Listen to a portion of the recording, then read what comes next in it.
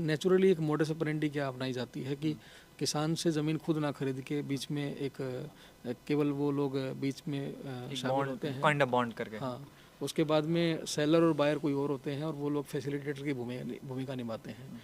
तो एग्रीकल्चर की ज़मीनों को बिना नक्शे पास कराए, बिना लैंड यूज़ के अगर आप कॉलोनियों में तब्दील कर देंगे तो प्लॉटिंग करते वक्त आपका फोकस रहता है कि मैक्सिमम प्लॉट काट दिए जाए। अगर जिला पंचायत ने से उन्होंने अनुमति ली होगी तो वो अपनी अनुमति के साथ में अपने डॉक्यूमेंट सबमिट करें, हम उनको ज़रूर कंसिडर करेंगे।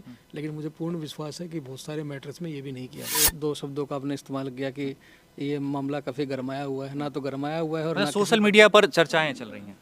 मुझे तो अपनी बात रखने दीजिए।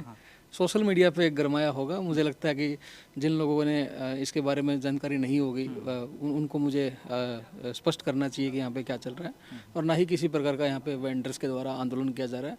वेंडर्स कैसे व्यवस्थित हों ये भी हमारी प्राथमिकता रहती है।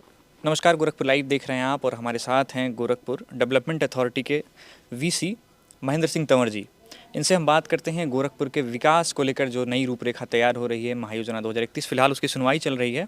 उस पर जो आपत्ति आई थी उनकी सुनवाई चल रही है और हम इसमें प्रेक्षागृह में मौजूद हैं।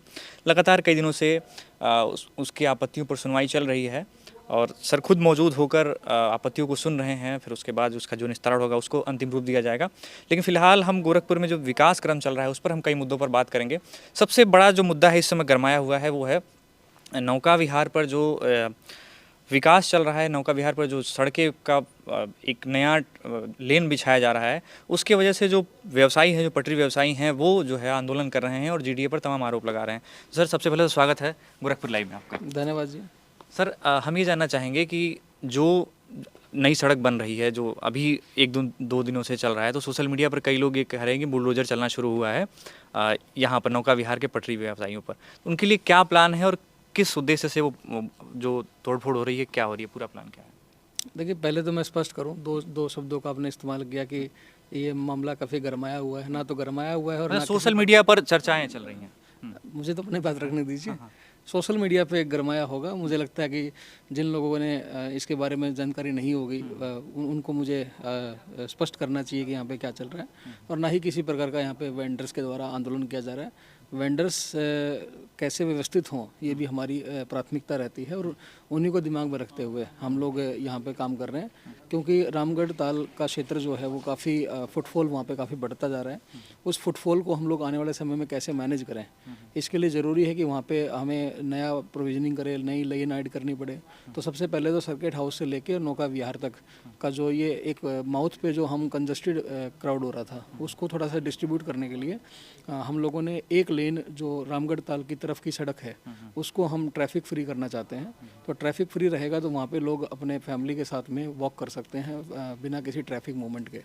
और अब इस लेन को सप्लीमेंट करने के लिए हमने जो राइट साइड का लेन है वो एक एक्स्ट्रा लेन ऐड करने के लिए एक प्रपोजल बनाया था और उसमें जो वेंडर्स वहाँ पे खड़े होते हैं, क्योंकि वेंडिंग जोन भी इम्पोर्टेंट है लेकिन साथ साथ में ट्रैफिक प्लान भी हमें देखना है, फुटफॉल को भी देखना है। तो उन सब लोगों को हम जो फूड वेंडर्स मोस्टली हैं उनको हम जो अभी मीडियन है जो बीच में सेंट्रल वर्ज है हम उसको रामगढ़ ताल की तरफ फेस करके उनको वहाँ पे व्यवस्थित कर रहे हैं। हाँ, कोई भी काम जब शुरू होता है तो कुछ दिन के लिए कठिनाइयाँ ज़रूर होती हैं, लेकिन ये जानकारी वेंडर्स को भी है और वेंडर्स इस बात को लेके बहुत खुश भी हैं कि उनको काफ़ी सारा जो एक ट्रैफिक है लोगों का वो मिलेगा, फुटफॉल अच्छा होगा तो उनकी बिक्री भी ज़्यादा होगी और सारे के सारे का सबका फेस रामगढ़ ताल की तरफ होगा तो फैमिलीज़ वहाँ पे जाके इन सारे वेंडर्स के कि मुझे लगता है कि बिक्री में बढ़ोतरी कराएंगे। इसके साथ साथ में कुछ ऐसे वेंडर्स हैं जिनको हम नीचे जो एक तिकोना पार्किंग के पास में है वहाँ पे भी हम इनको व्यवस्थित करने के लिए, जैसे खिलौने हैं या फिर कोई टेराकोटा है या इस तरह के जो आइटम्स हैं जिनको लोग शॉपिंग कर सकते हैं उनको वहाँ पे कर रहे हैं। कुल मिला के चीज़ों को व्यवस्थित करने का है, क्योंकि वहाँ पे नीचे पार्किंग है। अभी थोड़ी सी व्यवस्था पहले चल रही थी कि आदमी जहाँ चाहे वहाँ पे गाड़ी खड़ी करके कुछ भी चीज़ सामान लेने शुरू कर देता है। तो मुझे लगता है कि व्यवस्थाएं लगातार इम्प्रूव होनी चाहिए और उसी कड़ी में ये काम किया जा रहा है। बिल्कुल सर, क्योंकि हम भी देखते हैं कि अगर शाम के समय सड़कों पर जब स्टॉल लगते हैं तो फिर उनके बाहर दूर तक गाड़ियां खड़ी हो जाती हैं और उनमें छोटे बच्चे होते हैं वो कभी भी सड़क पर बाहर आ जाते हैं, उससे दुर्घटनाएं होने के अचानक से गाड़ियां आती हैं तो बाहर। तो उसके लिए क्या सर ये इस सड़क को फिर नो वेंडर जोन बनाया जाएगा?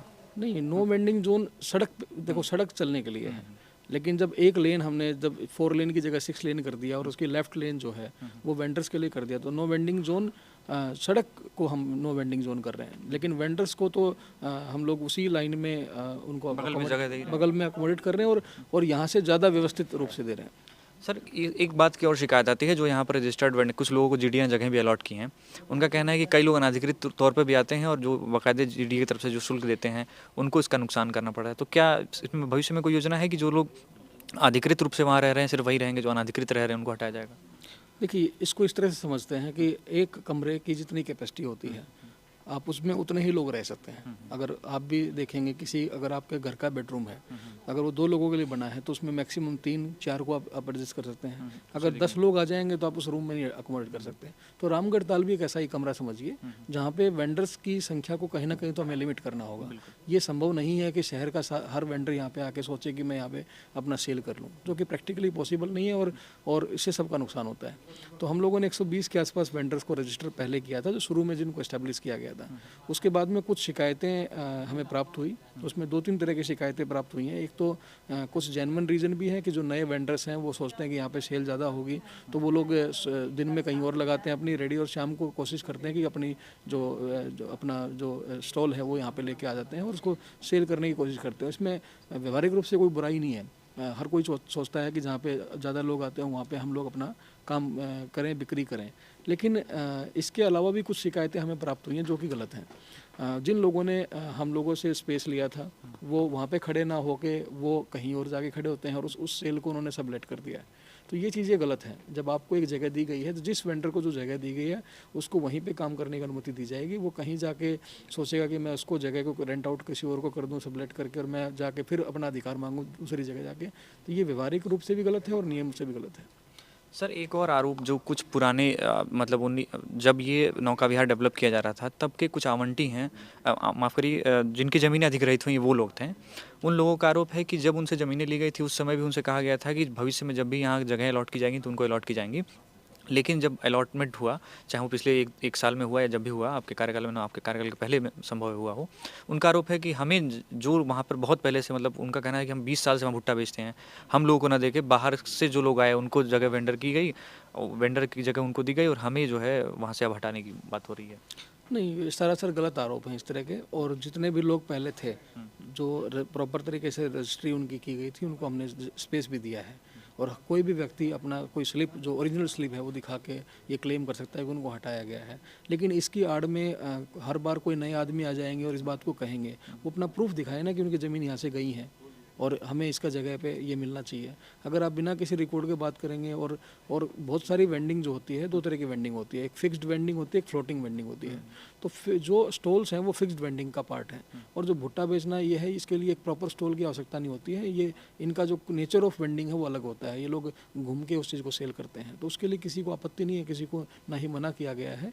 लेकिन जिन लोगों के आप राइट्स की बात कर रहे हैं वो प्रॉपर डॉक्यूमेंट दिखा के अपनी बात को रख सकते हैं और जो नियम से बात चीज़ होगी उनकी मदद की जाएगी। सर ये तो हुई जो नौका विहार की बात। अभी इसके अलावा हम इस समय जहाँ बैठे हैं यहाँ पर सुनवाई चल रही है कई दिनों से, लंबे समय से, महायोजना 2031 को लेकर। तो क्या अभी प्रगति है सर? कितने दिनों तक ये सुनवाई चलेगी और किस तरह की रिपोर्ट सबसे ज़्यादा आ रही है? किस तरह की मतलब लोगों की आपत्तियाँ सबसे ज़्यादा आ रही हैं? कि आपत्तियाँ तो बहुत सारी हैं, उनको हम लोगों ने ग्रुपिंग किया है नेचर ऑफ कंप्लेंट से और नेचर ऑफ ऑब्जेक्शन से। साथ साथ में एरिया वाइज भी हम लोगों ने ग्रुपिंग की है।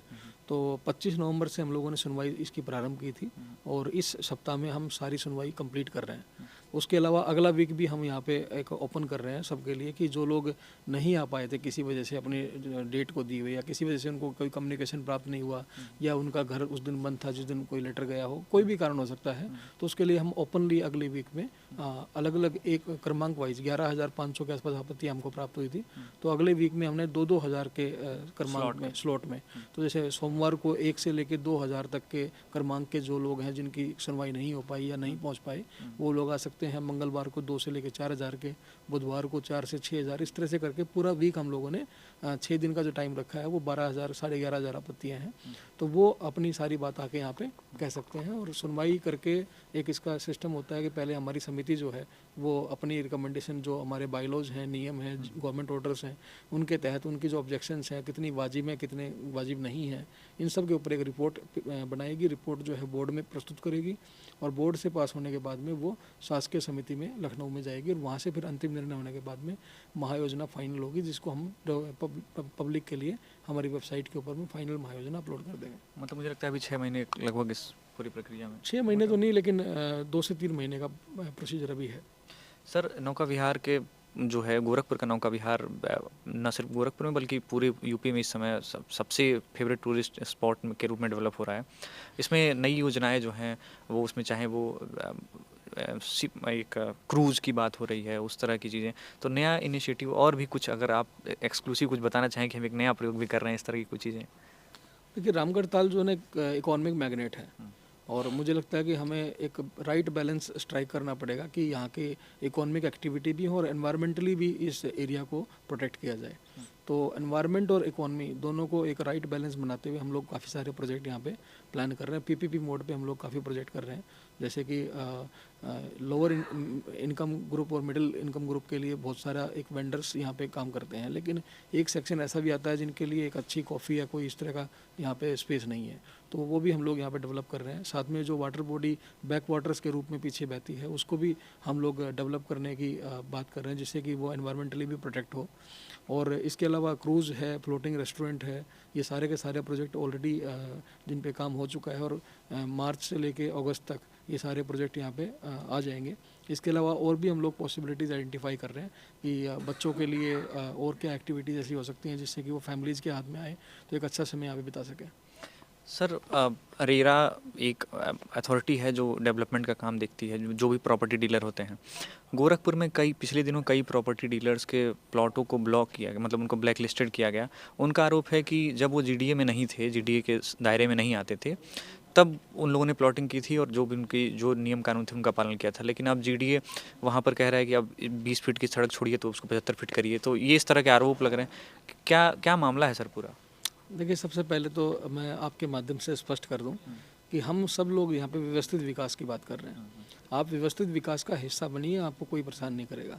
लेकिन नेचुरली एक मोडस ऑपरेंडी क्या अपनाई जाती है कि किसान से ज़मीन खुद ना खरीद के बीच में एक केवल वो लोग बीच में शामिल होते हैं, काइंड ऑफ बॉन्ड करके। हाँ, उसके बाद में सेलर और बायर कोई और होते हैं और वो लोग फैसिलिटेटर की भूमिका निभाते हैं। तो एग्रीकल्चर की ज़मीनों को बिना नक्शे पास कराए, बिना लैंड यूज़ के अगर आप कॉलोनियों में तब्दील कर देंगे तो प्लॉटिंग करते वक्त आपका फोकस रहता है कि मैक्सिमम प्लॉट काट दिए जाएं।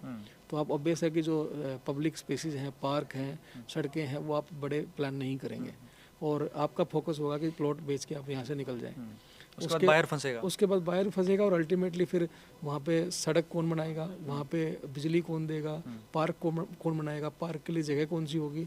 इस तरह से हम अपने शहर में अव्यवस्थित विकास को बढ़ावा दे रहे हैं और आने वाले समय में यही वो स्पॉट होते हैं जो आज से 10 साल 20 साल बाद स्लम का रूप ले लेते हैं। तो ये चीज़ें ना हो, व्यवस्थित विकास हो, इसके लिए हम लोग इस पे काम कर रहे हैं। और जहाँ तक आपने एक बात कही कि जीडीए में आने से पहले वो जिला पंचायत का हिस्सा थे, वहाँ से उन्होंने अनुमति लेके नक्शा पास करा के उनका कहना है, पता है, आई एम नॉट श्योर, हाँ उनका ही कहना है। तो मैं आपके माध्यम से स्पष्ट भी कर दूं और मैं लोगों को भी अपील कर दूं कि वो किसी भी गलत आदमी के इस तरह के उसमें ना फंसे जिससे उनका खुद का नुकसान हो।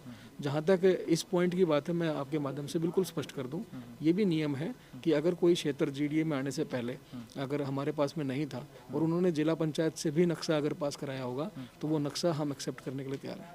मतलब अगर वो उनका कहना है कि हमने नियम कानून का पालन करते हुए बनाया है तो जीडीए भी उसको मानेगी, उसमें क्यों नहीं करेगी? अगर जिला पंचायत से उन्होंने अनुमति ली होगी तो वो अपनी अनुमति के साथ में अपने डॉक्यूमेंट सबमिट करें, हम उनको ज़रूर कंसिडर करेंगे।